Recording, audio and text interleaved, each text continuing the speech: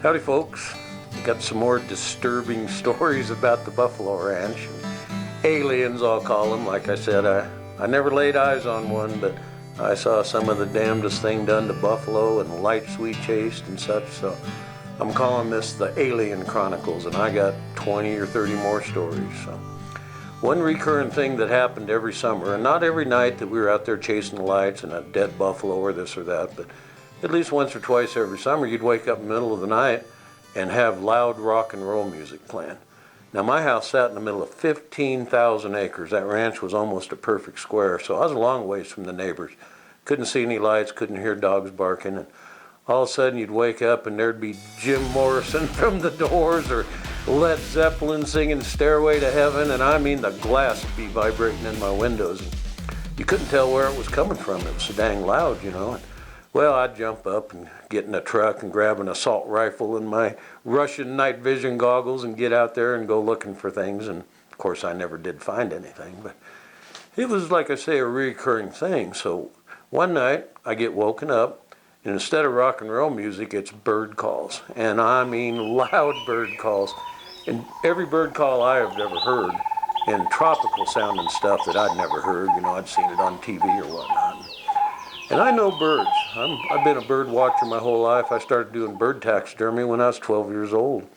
And then I worked with a licensed bander up in Montana, and we trapped close to 100 eagles, owls, hawks, and ospreys, and I did all the climbing for them. So I got to handle a lot of birds, and I know bird calls. Well, these were calls I'd never heard. So anyhow, I run around that ranch for a couple hours that night, and it'd take 6 hours on a dirt bike to run that perimeter fence, and all day in a pickup truck. And I was probably out there 3 or 4 hours, checked a lot of perimeter gates. They were all locked up. And no tracks, no sign, nothing. Of course, the bird calls would stop. So I got home, went back to bed. And I told you a story about that great old dog, Mooner, that saved me from a buffalo mauling.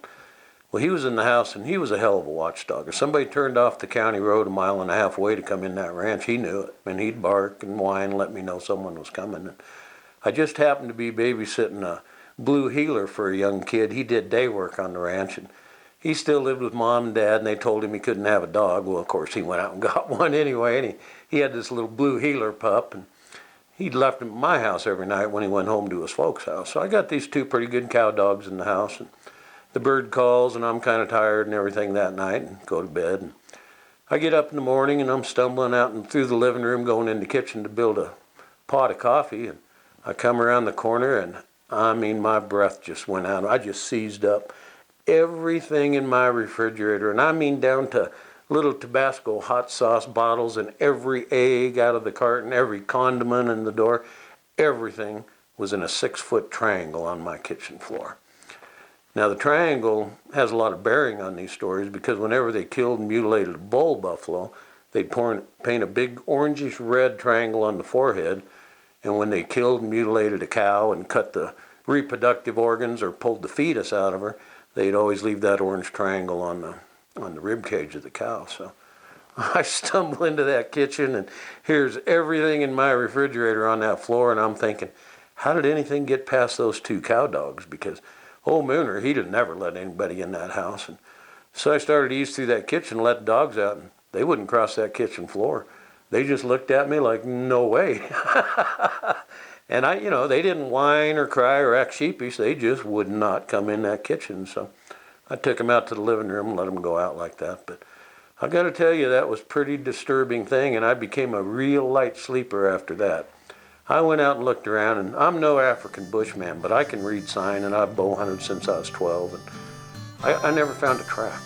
No matter where I went or no matter what happened on that ranch, there was never any sign, and I'm pretty handy with reading sign. But anyhow, that was a pretty wild night and an even wilder morning. And come on back, and I'll tell you more stories about the disturbing things of the Alien Chronicles.